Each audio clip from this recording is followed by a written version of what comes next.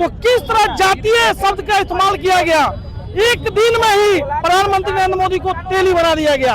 ये सवाल जब बात समाज की हो, जब बात दलित पीछे ओबीसी की हो और उनके साथ अन्याय की हो, तो सुप्रीम कोर्ट हो, सरकार हो, किसी से लड़ने के लिए हम लोग तैयार रहेंगे। ये है कि क्या ये स्वर्ण लोग अत्याचार करने का कोई अधिकार है?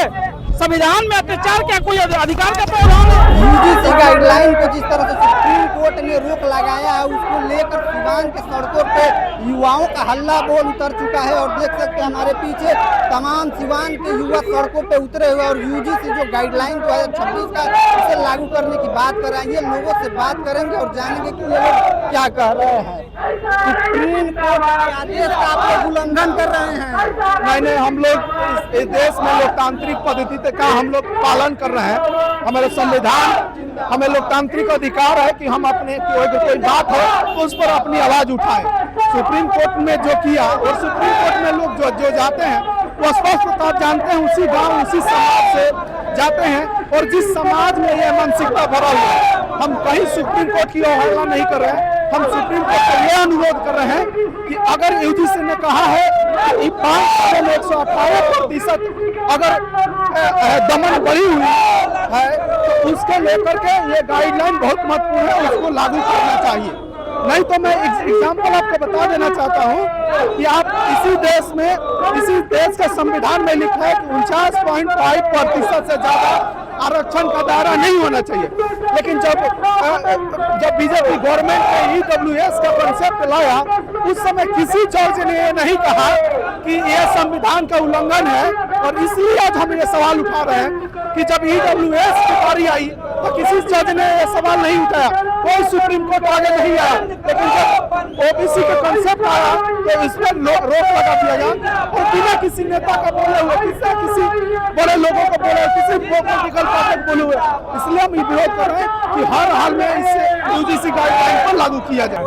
जो स्वर्णों के द्वारा लगातार विरोध प्रदर्शन किया जा रहा था, इसके दबाव में जाकर उसे रोक लगाया गया है। कुछ दिनों के लिए स्टे लगाया गया जब तक फाइनल जजमेंट नहीं आता है। लेकिन सवाल यह है कि क्या ये स्वर्ण लोग अत्याचार करने का कोई अधिकार है? संविधान में अत्याचार क्या कोई अधिकार का प्रावधान है? सवाल ये। दूसरी बात, यूजीसी खुद कहता है कि 118% भेदभाव बढ़ा है। यदि भेदभाव नहीं बढ़ा है तो आप बताइए कि पायल सोलंकी हो या रोहित वेमुला हो, उनकी हत्या किस वजह से हुई, ये सुप्रीम कोर्ट ही जांचने का काम करे। जब सुप्रीम कोर्ट को ही जब पता है, जानकारी है, तो फिर इस तरह की बहस क्यों स्टे लगाना?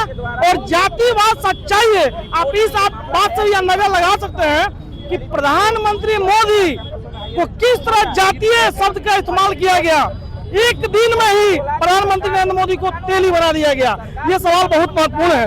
आप समझ सकते हैं। तो फिर सुप्रीम कोर्ट ये बात कैसे कह सकता है कि जातिवाद भारत में 70 साल आजादी होने के बाद भी खत्म हो गया है?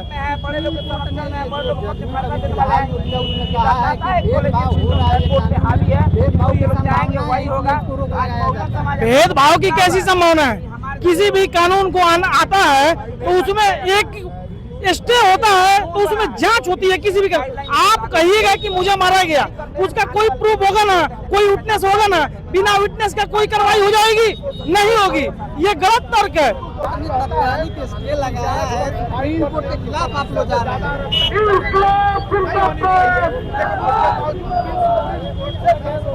जब बात नस्लों की हो, जब बात समाज की हो, जब बात दलित पीछे ओबीसी की हो और उनके साथ अन्याय की हो, तो सुप्रीम कोर्ट हो, सरकार हो, किसी से लड़ने के लिए हम लोग तैयार रहेंगे। और ये आपको पता होना चाहिए कि यही सुप्रीम कोर्ट एक सर्वे आया था, उसमें ये बताया गया था 118% दलितों पिछड़ों ओबीसी के साथ अत्याचार हायर एजुकेशन में, कॉलेजों में, यूनिवर्सिटियों में होता है, जिसके चलते जो भेदभाव होता है उसके चलते अनेकों छात्र आत्महत्या कर लिए, उनको उतार दिया गया।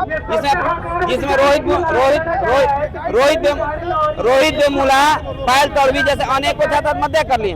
तो उन्हीं के रिपोर्ट के अनुसार अगर सरकार कानून बनाती है तो फिर सुप्रीम कोर्ट को भी समर्थन करना चाहिए कि आप ये कहने पे बन रहा है तो कहीं ना सुप्रीम कोर्ट भी पक्षपात कर रहा है, जिसके चलते सारे लोग सड़कों पे हैं।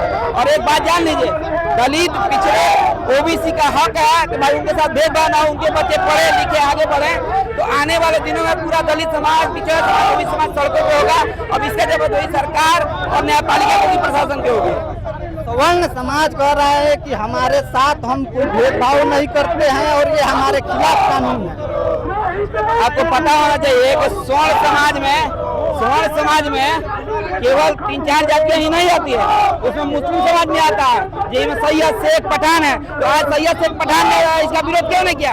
जब इस गाइडलाइन से मुसलमानों को भी दिक्कत है तो मुसलमान लोग सड़क पर क्यों नहीं विरोध किया?